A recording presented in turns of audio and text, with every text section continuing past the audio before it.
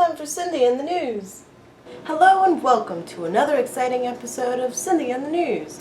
It is a beautiful, partly cloudy, 90 degrees, May 22nd day. Let's get started, shall we?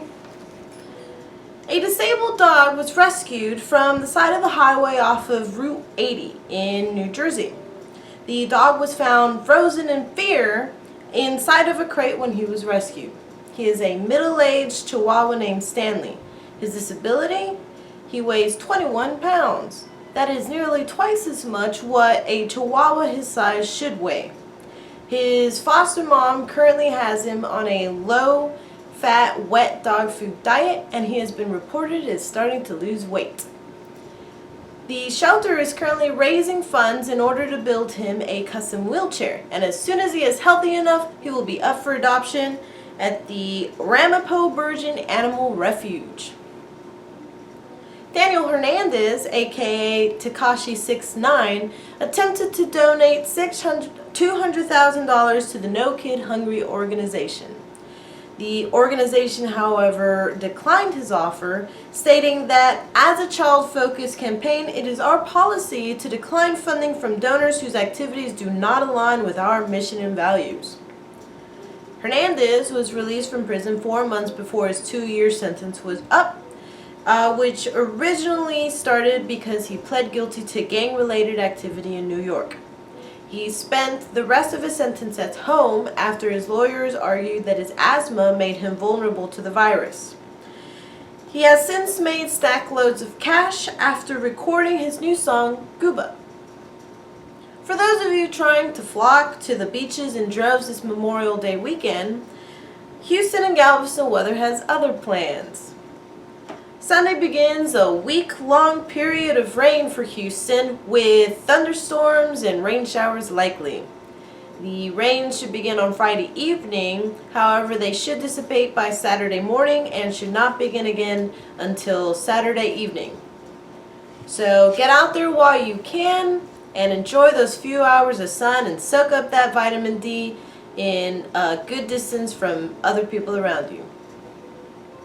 North Korea has finally admitted that their leader Kim Jong-Un cannot bend time and space.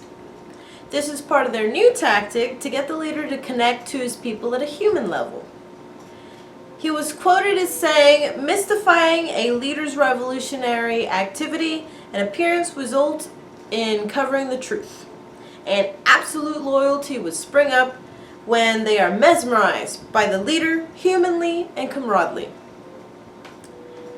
Trump stated in an interview that the U.S. leading the world in the most number of cases was a badge of honor.